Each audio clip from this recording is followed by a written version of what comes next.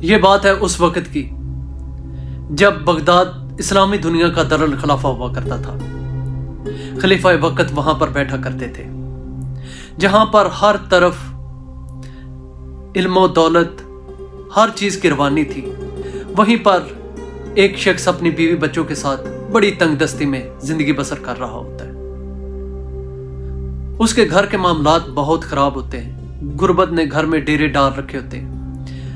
اس کی بیٹیاں جوان ہوتی ہیں اور اس پر بڑا تنگ دستی کا حال ہوتا ہے۔ ایک بار وہ اپنی بیوی سے مشورہ کرتا ہے کہ پیاری بیوی، گھر میں کھانے پینے کے لیے بھی کچھ نہیں ہے اور ہمارے معاملات بھی بہت خراب ہیں۔ ہم نہ تو کسی سے مانگ سکتے ہیں اور نہ مجھے کوئی مزدوری مل رہی ہے، تو ایسے میں مجھے کیا کرنا چاہیے؟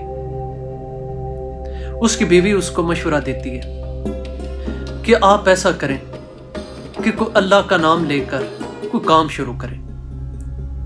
وہ کام شروع کرنے کی کوشش کرتا ہے لیکن اسے کام نہیں ملتا۔ وہ تھک ہار کر پھر بیٹھ جاتا ہے اور اپنی بیوی سے کہتا ہے کہ میں نے دل میں ایک مشورہ کیا ہے کہ میں بغداد کے سب سے نامی گرامی پہلوان اس سے جا کر کشتی کروں گا۔ اس پہلوان کے دور دور تک نام کے چرچے تھے اور بڑے بڑے پہلوان اس سے کشتی کرتے ہوئے ڈرتے تھے۔ کوئی بھی اس کو مقابلے کے لیے نہیں بلاتا تھا، لیکن اس کے باوجود اس کمزور اور غریب ناتواں شخص نے فیصلہ کر لیا کہ میں اس شخص سے جا کر پہلوان سے جا کر کشتی کروں گا اور بدلے میں جو انعام مجھے ملے گا اس سے میں اپنی بیٹیوں کے ہاتھ پیلے کر دوں گا یا گھر کے معاملات چلا لوں گا۔ یہی سوچ کر وہ باہر جاتا ہے، بازار میں جاتا ہے تو وہ پہلوان وقت وہاں بازار سے گزر آتا ہے۔ اس نے اپنے جسم کو زنجیروں سے باندھ رکھا ہوتا ہے۔ اتنی اس کے اندر طاقت ہوتی ہے کہ وہ زنجیریں اس کے پیچھے پیچھے گھسیٹتے ہوئے جا رہی ہوتی ہیں۔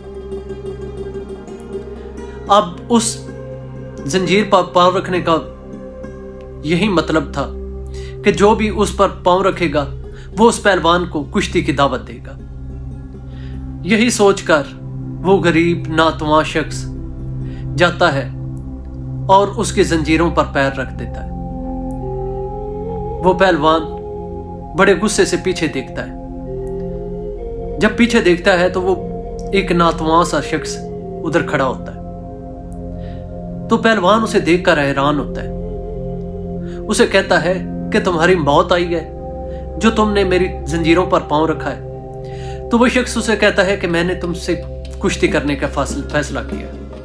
وہ پہلوان کہتا ہے کہ تم اپنی طاقت کو دیکھو، تم اپنے جسم کو دیکھو، کیا تم مجھ سے کشتی کر سکتے ہو؟